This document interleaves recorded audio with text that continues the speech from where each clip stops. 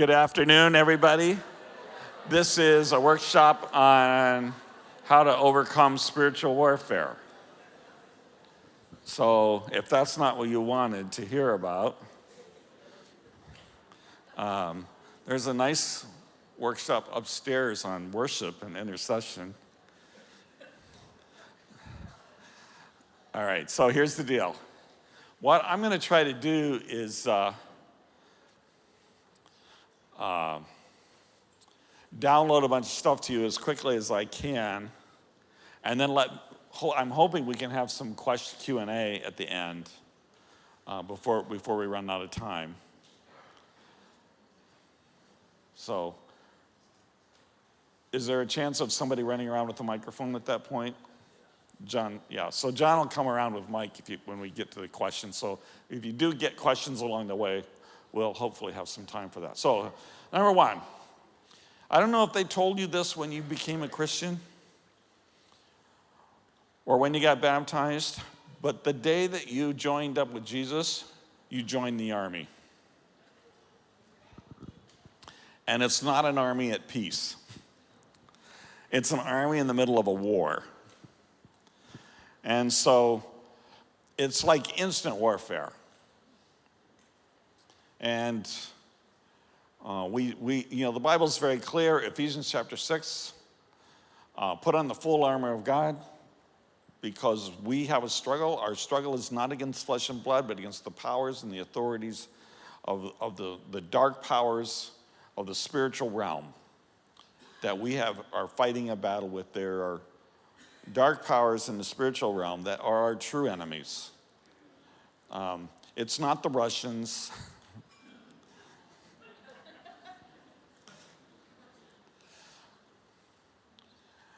Nor is it the Chinese or anybody else you might want to pick. It's not the atheists.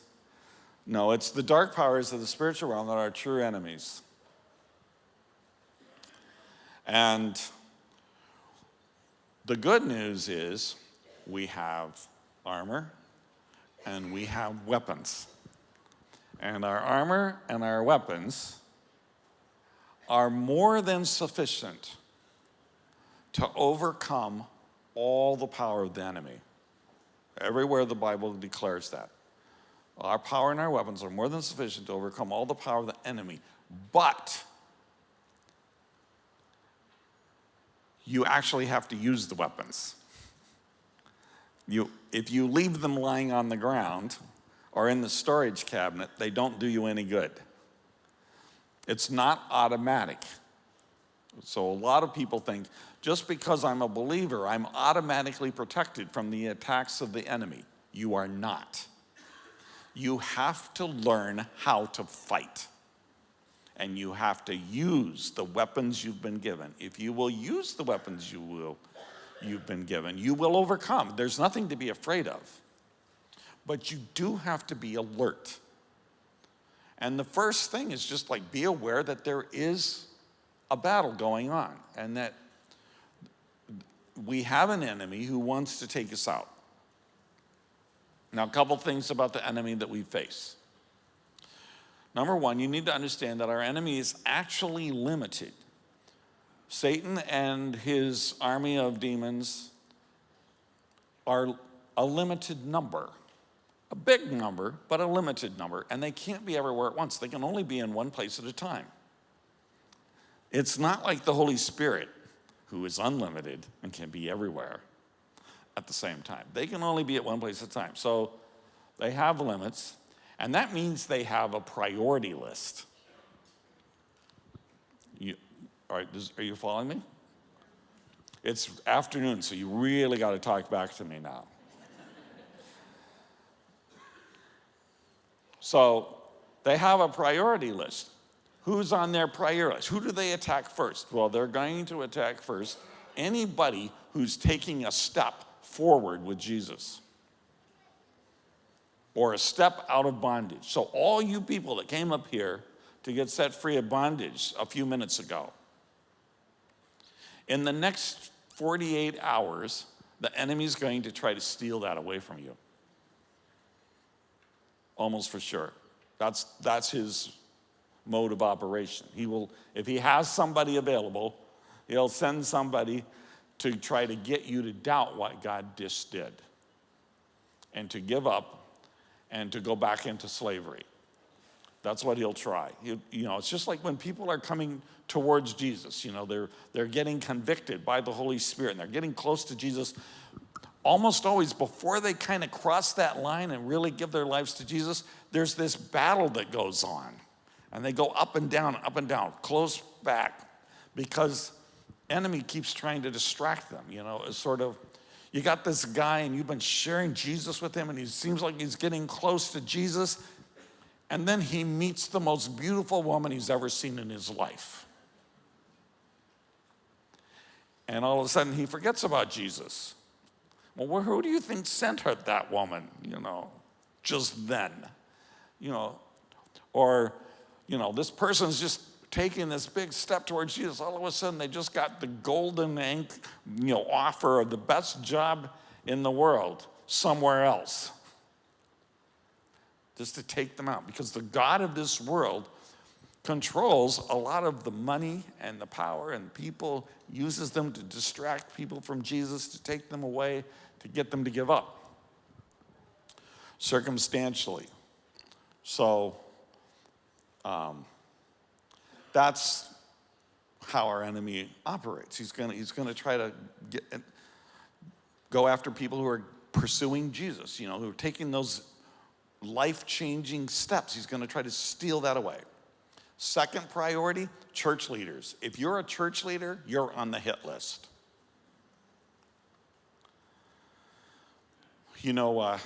I retired 5 years ago after leading my church for 45 years. During that 45 years, I sometimes endured intense mental battles on a pretty, not constant basis, but often. It was a reality in my life. I learned how to use my weapons. When I came under intense attack, I had people I could call, and I could talk to them and say, I'm under mental attack today, please pray for me. And it would pop it in about 5 minutes. But you know what? When I retired, it stopped. Now Ted gets attacked instead of me. So welcome to the good news, John. You're higher on the target list than you were before. Which is why it's really important, of course, to pray for our leaders and to pray around them and their families, because they get attacked. If you have a prophetic gift, especially if you were born with a prophetic gift, you're really high on his hit list, okay? Because prophetic people are often the point of the spear that sets people free from bondage. And that he can't allow. And he will always try to kill and destroy the prophets before they can grow up and cause damage. And if you were born with a prophetic gift, there's a strong likelihood there actually have literally been several attempts on your life that you escaped somehow miraculously, because the enemy was trying to take you out. And of course, God puts him under limits, and that's why you're still here. So there's a priority list. Now, it's helpful, and the scripture always tells us, be aware of the devil's schemes. Be cognizant of the tactics he uses to try to take you out. So how does he attack us? Well, the favorite one, other than distraction, which I kind of already talked about, sending you the one thing that takes you off in the wrong direction, which tends to be more powerful and work more when people are about to give their life to Jesus for the first time. But then it becomes mental attacks. And the mental attacks will come into your mind, and they are repeated, so they tend to become obsessive thoughts. And it's things like,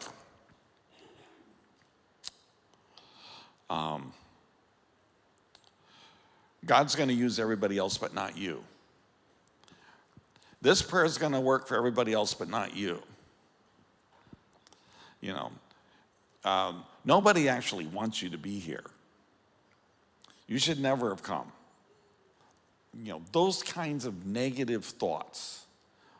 Nobody's ever going to love you. Nobody's ever going to get married to you. You're never going to be able to fill in the blank, whatever it is. He feeds you negative thoughts and tries to use them to get you to give up, to turn around. Now, 40 years ago when I first got into the vineyard, John Wimber was coming over here doing big conferences, and a few of you maybe were at some of those conferences. I see a few gray hairs in the room, but probably most of you aren't old enough to have been there. But he would go and there'd be like 3,000 people, and what he would do is he would take various vineyard churches in the U.S. and invite us to each send sort of a little mini team of 10 or 20 people, and we would each send 10 or 20 people to this thing, and altogether then there would be like anywhere from 200 to 400 people, and we would be the prayer team for the conference. So when people say, I used to travel with John Wimber, you need to understand that means they were one of the 400. That you should not imagine that means they were in the same car or even spoke to the man. Okay? But here's what would always happen. We'd be in these meetings. We would be seeing visible miracles. I mean, we saw miracles in those meetings. I mean, the first time I saw a blind eye healed was in this country in one of those meetings. We had one time in Belfast, one of the people on our team was praying for a man who was blind. He had one of those fold-up cane things. And the guy is healed so clearly and so decisively. He folds up the cane, hands it to her, and says, I guess I won't be needing this anymore. You know, we saw those kinds of things happening, and we'd be right in the middle of it. And somebody would disappear on our team. They'd like disappear. And we'd have to go looking for them. And we'd find them cowering out in the corner of the hallway somewhere. Like, what's going on? And it turned out what would happen is the enemy would come to them and he'd say, nobody gets healed when you pray for them. You should never have come on this trip. You're not making any difference to anybody at all. In fact, the team doesn't even like you. You know, they all wish you'd go home too. You know, just that kind of negative stuff. And so instead of being in there, being a part of this glorious experience that we were having of seeing God work in such powerful ways, they were out in the hallway under this attack. And we'd find them there, find out what's going on. We realized it was an attack of the enemy. We would gather around and pray against the negative thoughts, and it would be gone in 5 minutes. And they'd come back in, and they'd pray for people, and people would get healed, and they'd be a part of it, and they'd see God work in incredible ways. It was really no harder to stop than like sticking your finger up and popping a soap bubble. But you had to do it. You had to like tell somebody that this is happening and get them to pray. Now, here's the thing. A lot of times when these mental attacks come, and there are various forms of negativity that would make you want to quit, run, hide, say no to God, whatever, isolate from the other people.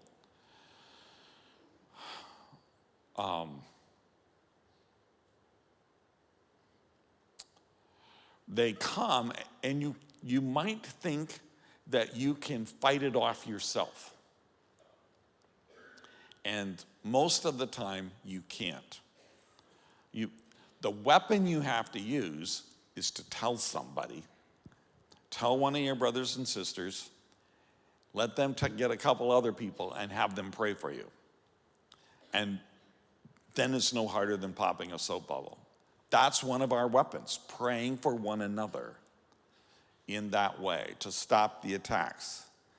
But again, it only works if you use it.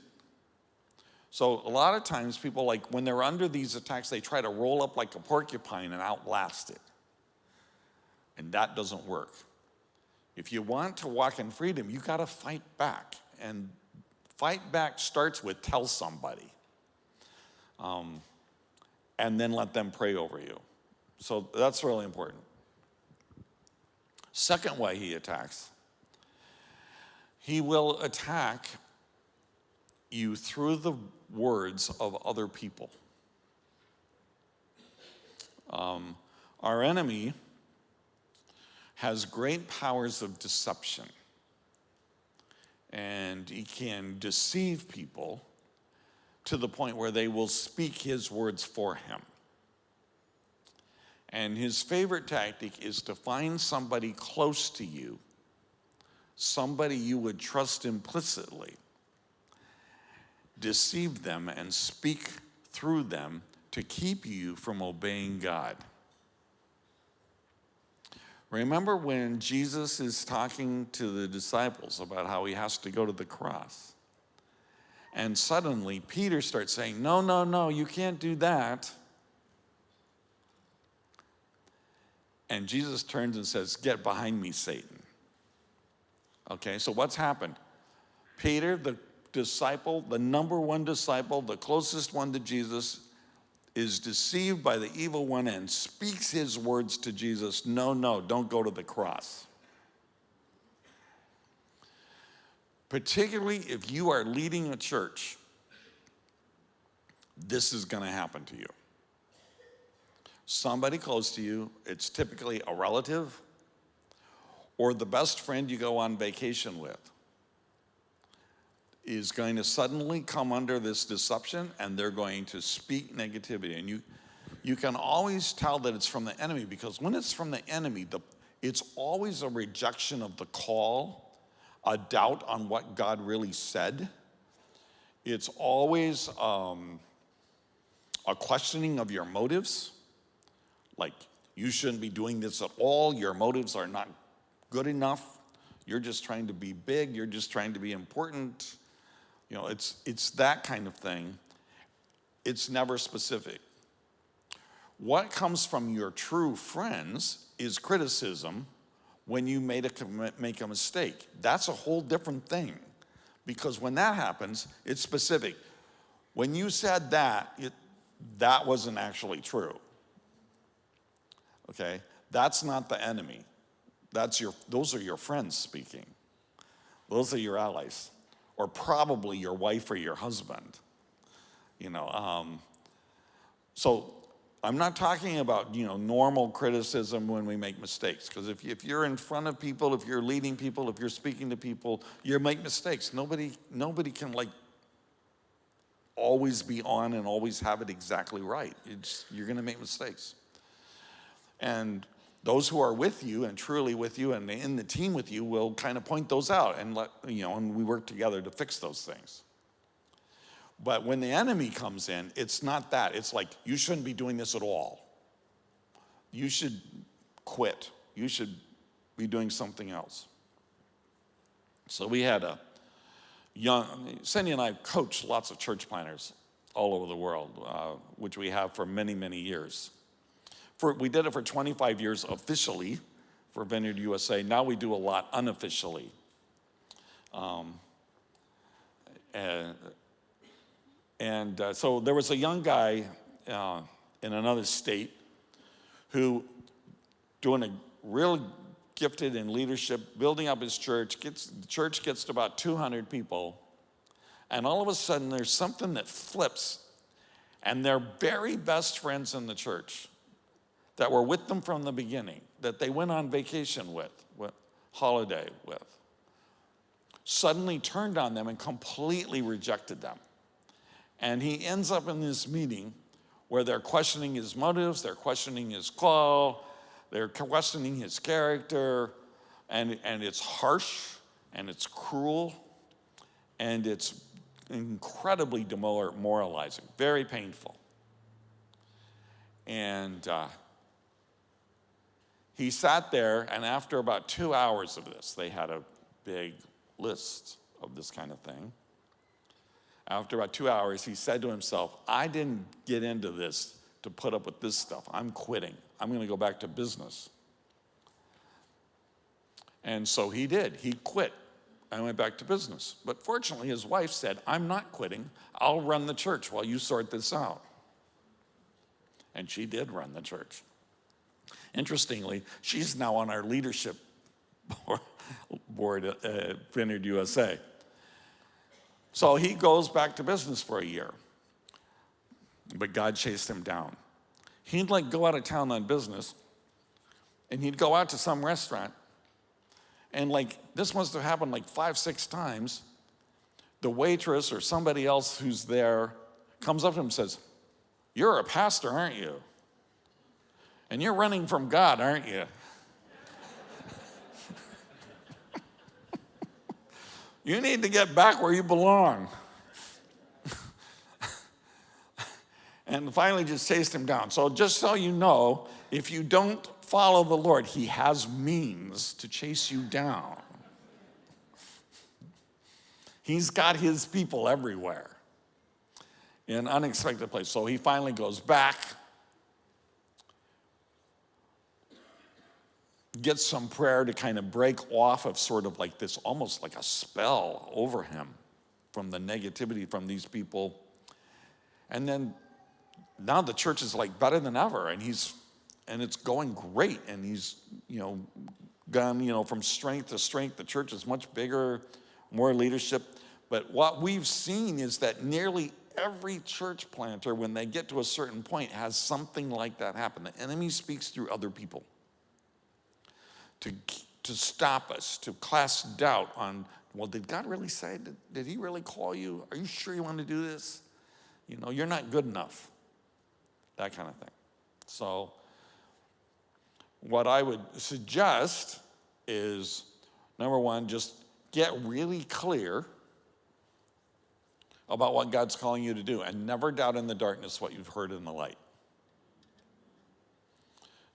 We all have to go through the wilderness. We all go through dark times. But when we go through the dark times, don't doubt what you've heard and received from the Lord in the good times, because they're still true.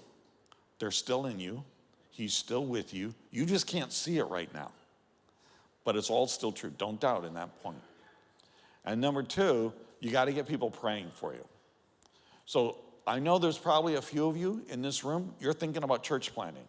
If you've said it out loud to anybody, I'm thinking about planting a church, you need to know the enemy heard it too. And he is going to try to stop you before you get there. So you need, number one, first thing you need is you need some people who are praying a wall of protection around you. What I'll tell most people in that position, you need 14 people, and you need to get 2 of them signed up for each day of the week. 2 on each day, because then if somebody's sick or whatever, you still got 1. You want some redundancy in the system, because you don't want to have a meltdown like they had at Heathrow yesterday, where there was no redundancy and the whole thing shut down, which, you guys will have a fun time sorting that out in the future. So you get 14 people that pray for you, 2 on each day of the week, Sunday, Monday, Tuesday, Wednesday, Thursday, and they pray a wall of protection around you, around your thoughts, around your call, around your family, around your children, and your stuff. Before we started doing this, every time I went on a trip like this, my family would be attacked at home with weird sicknesses. One time the ceiling in one of our rooms just fell unexpectedly for no reason. Fell, kaboom. The ceiling fell down onto the floor. I called my wife, how are things going? Everything's fine, except the ceiling fell down. Just weird stuff. One time we got attacked, I was driving back from a conference with somebody in their car, and they could not get the car to go over 30 miles an hour. The car would like not move over 30 miles an hour. We had to drive like 300 miles. When they took the car to the mechanic the next day, there was no problem. The car worked fine. It was like they never did find a mechanical reason for why the car wouldn't go over 30 miles an hour. It was a spiritual attack against what we were doing. So he will attack your things. Like any place where he can get in, he'll try to attack. So find some people that pray, praying people. There are praying people. Some of you are those kind of people, although a lot of them are probably upstairs at the intercessory thing. So you probably need to find out who's up there. Find yourself some of those praying people and get them praying for you around the clock. Because listen, this is a dirty war. Because not only will he try to attack through other people speaking, but he will try to attack you physically. We had one guy, he sat in my office, he said to me, yep, I want to go plant a church, and he named a place. 7 days later, he was diagnosed with throat cancer. Went straight into 2 years of treatment. Kind of suspicious. We had a leader in the vineyard in the U.S., a woman, about 5 years ago, I think it was. No, maybe it was a little longer than that. Time flies, but might have been somewhere between 5 and 10 years ago. She had been under pressure. She was leading a church. She was helping lead a region, and that region was having some problems, and people were really attacking her. The enemy was speaking through some people against her and against what she was doing. And this was building up. She was feeling the pressure. And then she started feeling constantly exhausted and having a hard time breathing. And she goes to the doctor, and they basically misdiagnosed her. They said, no, you're having an allergic reaction. We need to treat this like asthma. And they started giving her asthma treatment. But it continued to be a problem. And several months went by. And it was getting worse, not better. So finally, she ended up with a cardiologist who almost immediately figured out, you're having a heart attack. She had been having a heart attack for 3 months. Her heart function, they have some kind of percentage measure. I don't understand medicine well enough to know how this works, but they said, your heart function is only 10%. You should be dead.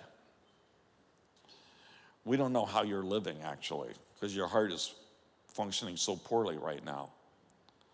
So instantly, open, heart surgery, da-da-da. They do all this stuff. They say, you have to quit everything. You can't lead the church. You can't be involved in ministry. You can't have anything that involves any kind of stress. We can get your heart functioning up to 40%, but you can't put anything on it. You can't put any stress on that or you'll die. So she stopped everything.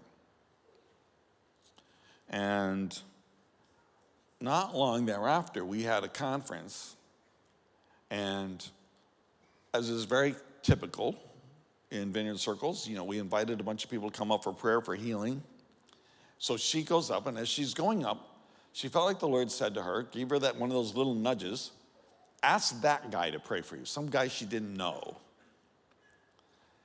And she goes up and just explains the story and asks him to pray. He starts praying for her, but then he starts running his hand up and down her backbone, like her spine, and all of a sudden he goes, there it is. And he spoke against a spirit of death. said, there's a spirit of death on you. It's right here. And he's commanded that thing to leave, but threw her on the ground. She just goes, boom, on the ground. He finally gets that thing off of her. When she went back to the doctor, her heart function was at 70%, which they said was going to be impossible. What was the difference?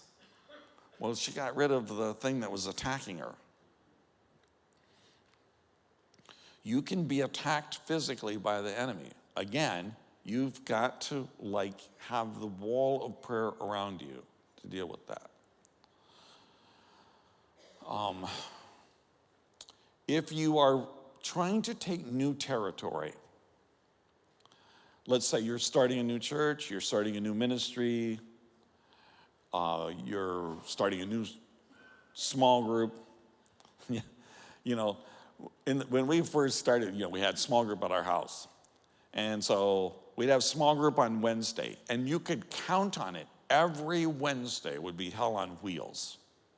Like so many things would go wrong every Wednesday.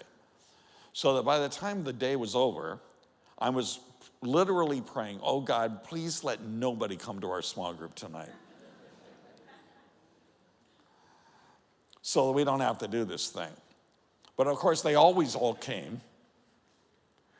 And the Lord would visit us, and we'd say, that was wonderful. I can't wait to do it again next week. But next week, Wednesday would be just like the previous Wednesday. So we changed the day to Thursday.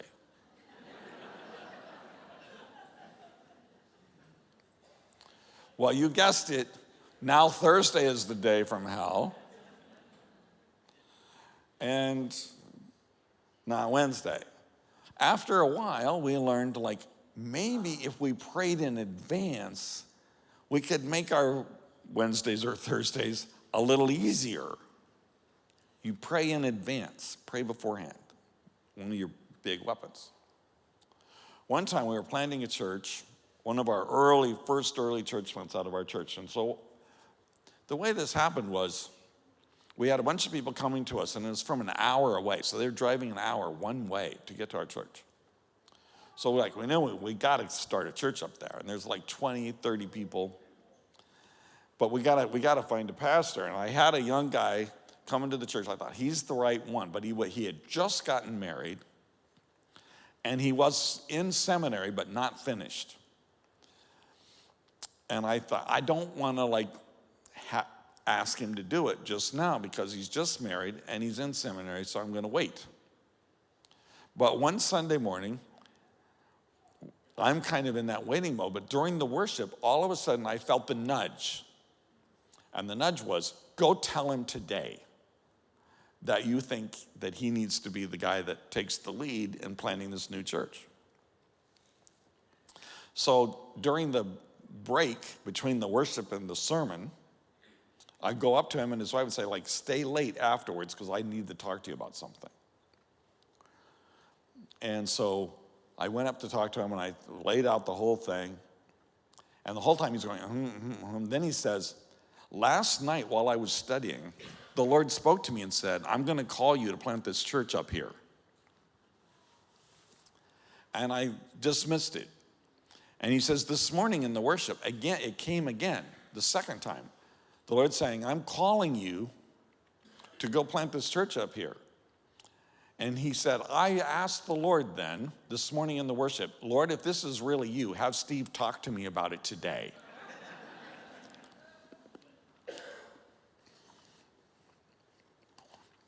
The nudges, folks. Pay attention to the nudges. So, I thought, well, here's what I'll do. The timing's not the greatest, but I'll help him. I'll go up and help him.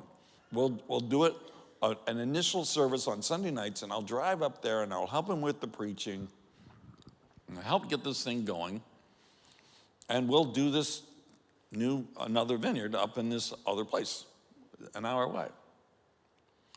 So we started doing that. But every single week, we'd get halfway up there, and it just so happened that the halfway point was a road literally called Half Day Road. And as soon as we went north of that road, I got a splitting headache. And I would have that splitting headache the whole time. And when I got there, it was like slogging through mud. Like the sermon I gave on Sunday morning down in Evanston where we were, and was so great on Sunday morning, up there went down like a lead balloon. Nobody got healed. We prayed for people like nobody got healed. Nothing was happening. The worship was miserable. Same songs, still miserable. Praying, it was like your prayers just dribbling down your beard and falling on the floor. You know, it's like we are not getting anywhere here. And so after about 2 or 3 weeks of that, I suddenly realized, like, this is a spiritual battle. This is like we're in a battle here. It must be that we need to win the right to operate an hour away from where we started. We've got to like fight this spiritual battle. So we sent an SOS out upstairs to the intercessors. And if you don't know who your intercessors are in your church, I highly recommend that you find out who they are. If you want to know who they are, when the Spirit comes, they're the first ones that react. And they're the ones that kind of tend to double over and start groaning a lot. You know, or going, whoa, whoa, those people. There's the ones you want. You got to get their names. And then you got to put them to work. They'll start being so weird and they'll actually be helpful. And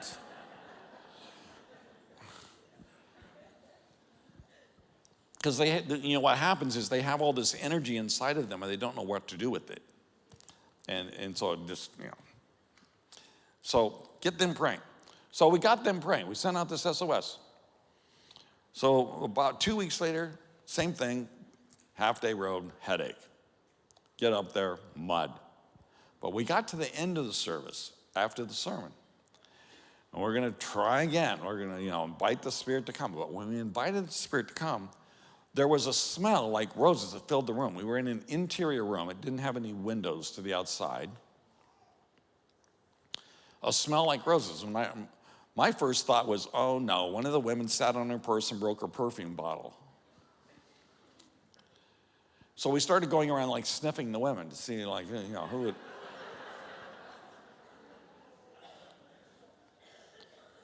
And we very quickly found out it's not the women. It's like the corner of the room. There's like one corner of the room that has this overpowering smell. And it has it even when there's nobody in the corner. And I thought, what is that? That must be some manifestation of the presence of the Spirit. And so at that point I said, anybody who's sick, get in that corner right now. Like, I realized, like, just kind of in a flash, like, this is our breakthrough. So we started moving people into that corner, smelled like roses. And people were getting healed, like one after another. Like every single person was getting healed. We hadn't had any, and all of a sudden we're getting one after another, sort of like getting people in. We're having a high old time just praying for all these people, seeing them get healed. And one of the guys had gone out to his car to get something. He came back in, he says, what's that smoke on the ceiling? We looked up. There was literally a cloud this thick on the ceiling with no smoke machines. It was the presence of the Lord. Its cloud smelled like roses. And from that day forward, we were free. Okay, we were free. The sermons went well. People got healed. People got saved. The worship was wonderful. It was like we'd finally won the right to be there. But we had to fight for it. This is what I want to say. You have to fight for these things. And you fight with prayer by doing those things. Gosh, where'd the time go? Okay, questions. Let's take questions. We've got time for a couple questions, maybe 2 or 3.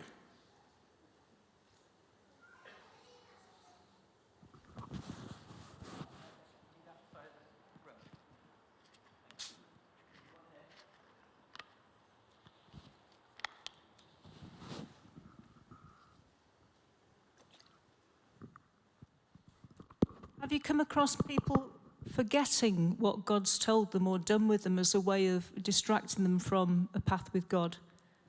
Yep.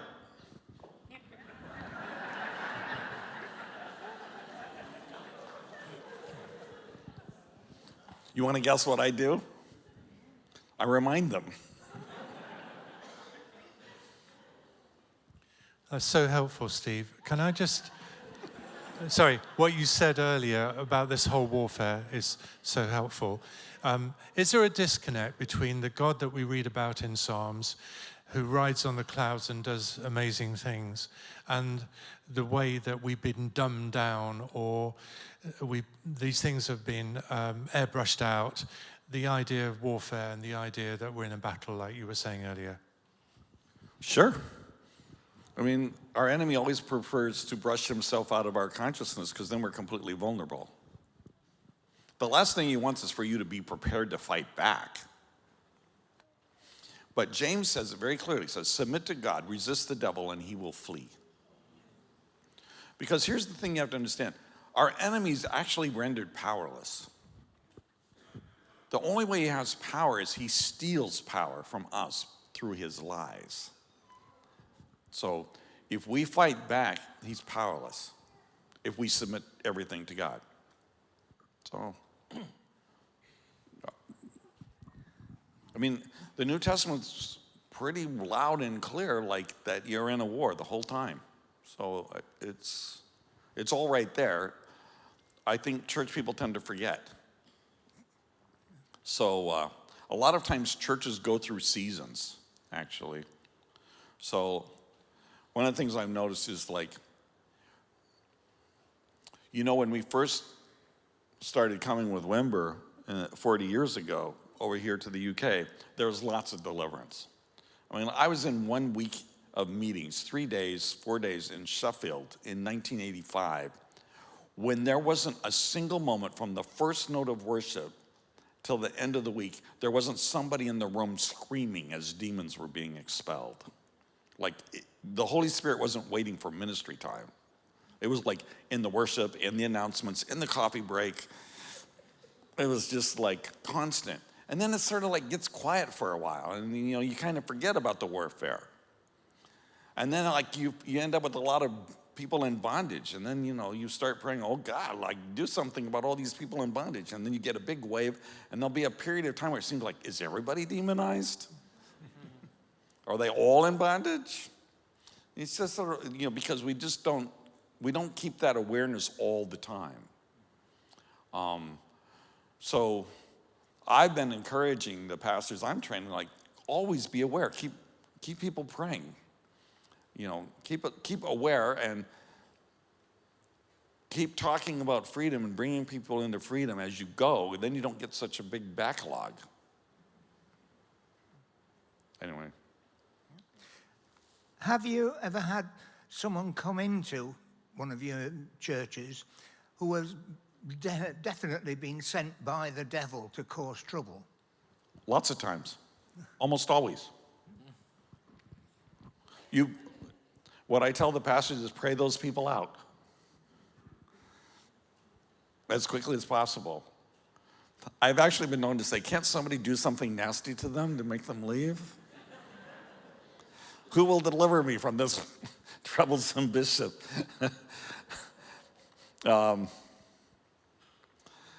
Mostly we just pray. We pray for God to take them out. But yeah, the enemy sends, usually they have a history.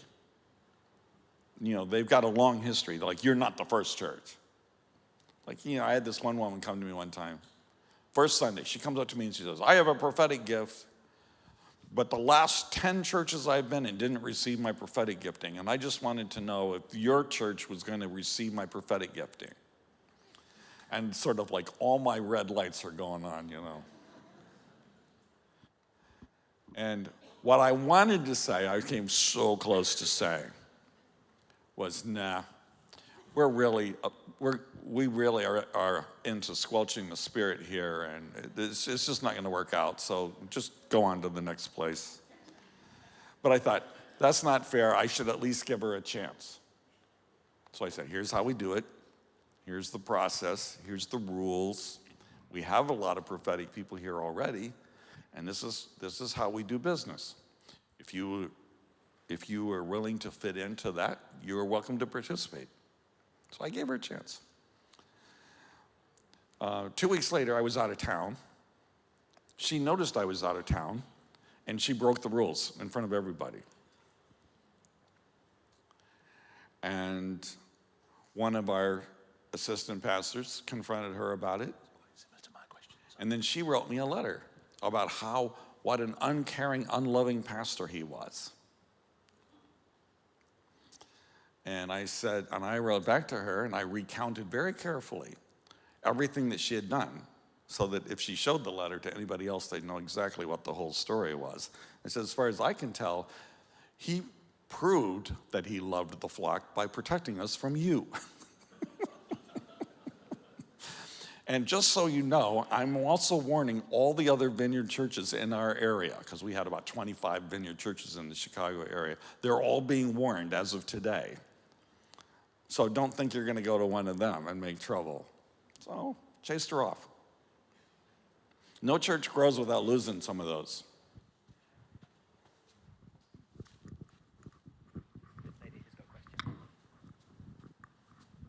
Yes, Steve, please, can you say a little bit about how these attacks happen in relationships and families?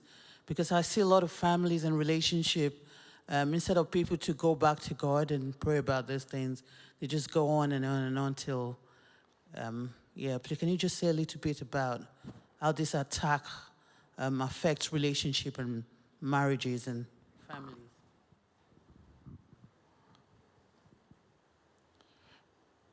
Did you understand the question, John?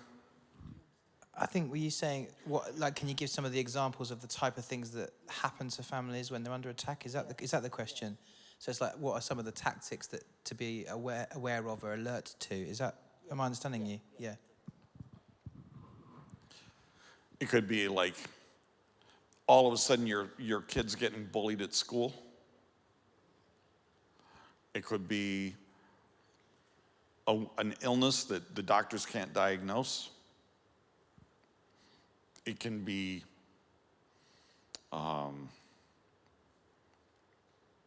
weird accidents, nightmares,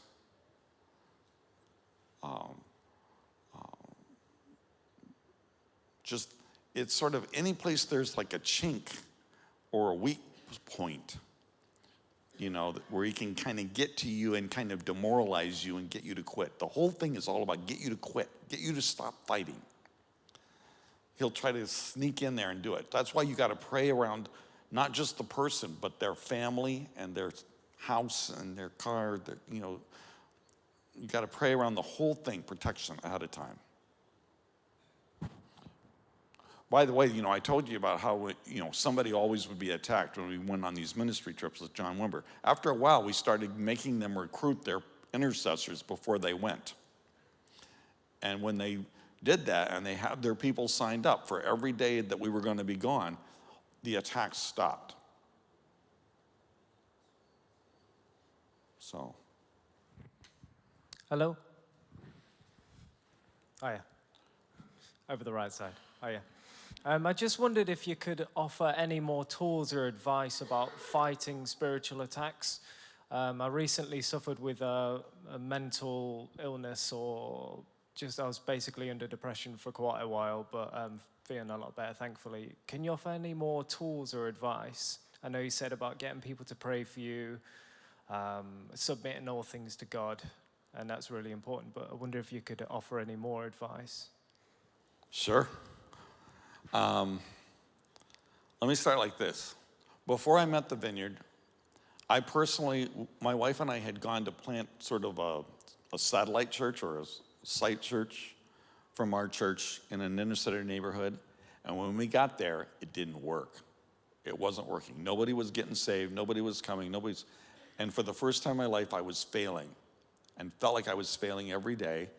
And as a result, I went through 3.5 years of deep depression from 1981 to 1984. And I didn't even know what it was. I mean, in the 80s, it wasn't a common thing that people talked about. And when you've been in that place, it's, you know, when you're seriously depressed, you think crazy things and you know they're crazy, but you can't stop. And it's like you've gone down a hole. And when I met the Vineyard, when we came in contact with the Vineyard, I had a really powerful encounter like I shared about last night with the Holy Spirit, came out of the depression, but continued to feel vulnerable and weak, always. And at one point I prayed, and I like asking the Lord, like, when am I going to feel strong again? And he said, you're not. Why not? Because if you felt strong again, you'd rely on yourself. So the truth is, there's like a shadow of depression that follows me all the time. Now, I haven't fallen in the hole, so to speak, now for quite a long time, because I learned the power of gratitude daily. And I also came more thoroughly to the end of myself where I wasn't worried about whether I was failing or not, where it sort of didn't matter. And so I haven't gone down the hole again. So sometimes with depression, I'm just going to talk about depression because that's what I know about. It's like for me, it was because I had this experience of failing that I'd never had before. I'd always been the golden boy. Everything always went my way. And it was God's way of bringing me to the end of myself. And pretty much all the ministry that's happened since then happened because he'd cleared the path. Because as long as you think you can do it, you're going to keep trying to do it.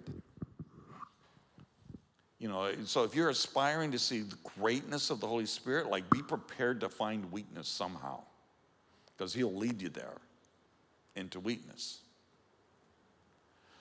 Having said that, sometimes, not in my personal experience, but sometimes with some other people, they've come out of depression completely in an instant, but it was like a deliverance, like there was a demon that was causing it.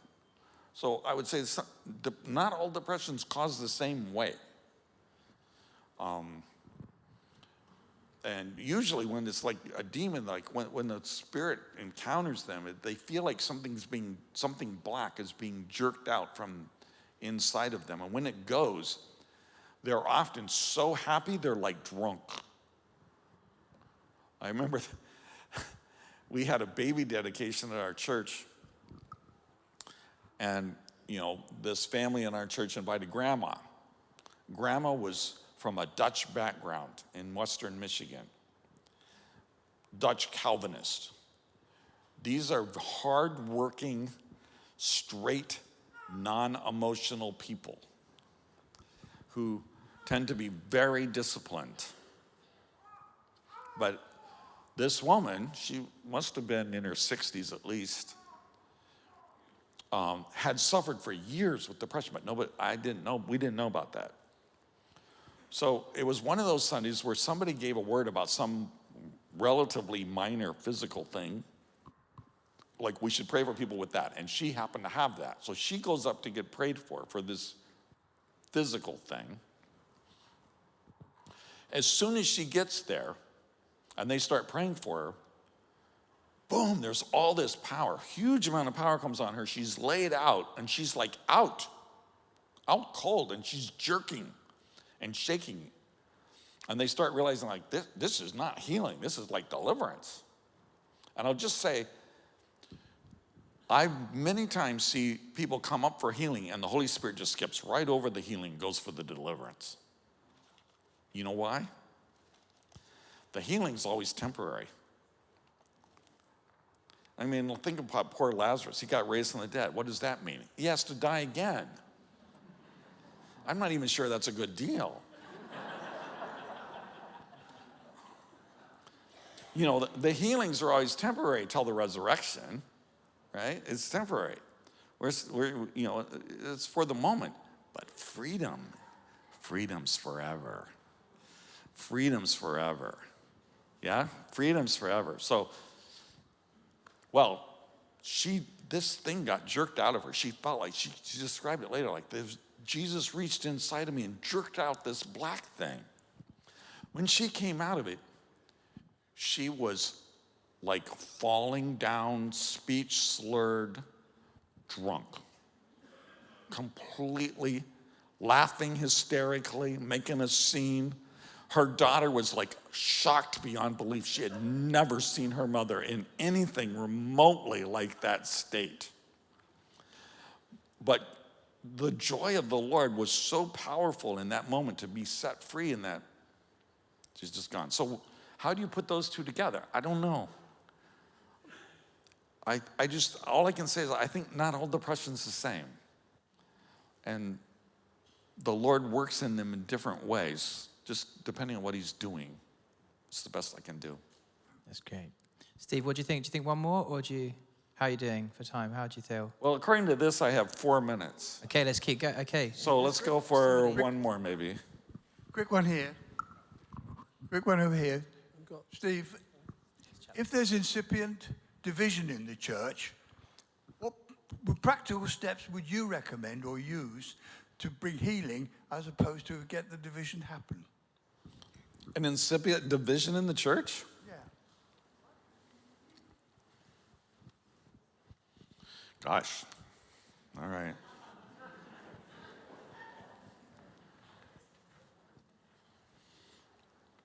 A lot depends on what the division's about, right? If it's about fundamental non-negotiable values or theology, and what I mean is fundamental non-negotiable, not some fine point of, how many angels are dancing on a pin kind of a thing, then the best thing to do is to shake hands and go separate ways. Because you can't resolve it. Because you actually fundamentally want different churches. And that's why you're divided, because you have different visions. You can't have two different visions. You can't build a house on two different sets of blueprints. Like, you got to have one blueprint. And otherwise, it doesn't work. So sometimes division happens because people just have a different vision. That you can't fix. You just got to, that's a church plant occasion. You could think of it as Baptist church planting, which is sort of an inside joke. If you're Baptist, you understand. If you don't get it, but that's all right.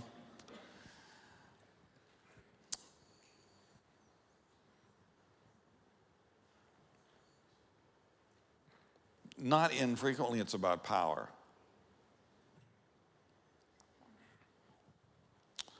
So,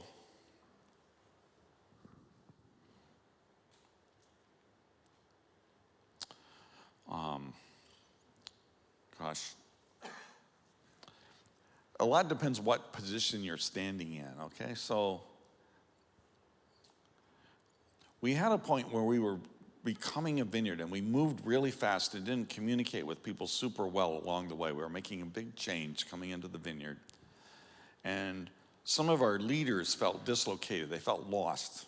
And they started having separate meetings to discuss what they were going to do about it. And they started talking about, do we need to break away and start a church? And somebody finally came and told me about it. And so I just said to them, if you want to break away, you can. If you want to be in the vineyard, I'll help you. I'll bless you. We'll back you up if you like. Or we can just talk about it. And I gave them a very soft, kind of a humble response. And almost instantly, they said, oh, forget that church planting stuff. Let's just talk this out. And that was the end of it. So what I want to say is, sometimes all it needs to happen is the leader just needs to take a step of humility. I mean, humility is one of our weapons, actually, to defeat the enemy who tries to incite pride and use it to divide us. So if you humble yourself, sometimes you can break that attack by humility. And most often when churches divide, and particularly if it's not over a significant theological thing, it's because there's conflicting pride. You know, it's people get locked into their sense of pride or entitlement. And it's sort of like somebody's got to humble themselves. And there's power in humility, people. Incredible power. Yeah, and if you haven't learned that yet, you should ask the Lord to teach you. It's a dangerous prayer. But there is a lot of power on the other side of it. You know, I think sometimes you just got to fast and pray. Sometimes it's like there's a deception that comes over people. And you pray. And it reminds me of the Moravian revival, which started in a situation where they were fighting with each other. And then they started to pray. And then one day the Lord visited them. And there was a great reconciliation that happened in the church as a result of the move of the Spirit. And now our time is over. So let me just pray for you guys real quick, and we'll call it. Lord, I just pray that you will empower and equip these people to be alert, to keep their armor on, and to use their weapons. We thank you that you've given us weapons that are more than sufficient to overcome the enemy's attacks. May you surround them, may you protect them, strengthen our minds against the enemy's lies and against his doubts that he sends against. Strengthen our families, our bodies to stand firm, and raise up the intercessors to build the prayer wall around all that you're doing in this city. Amen.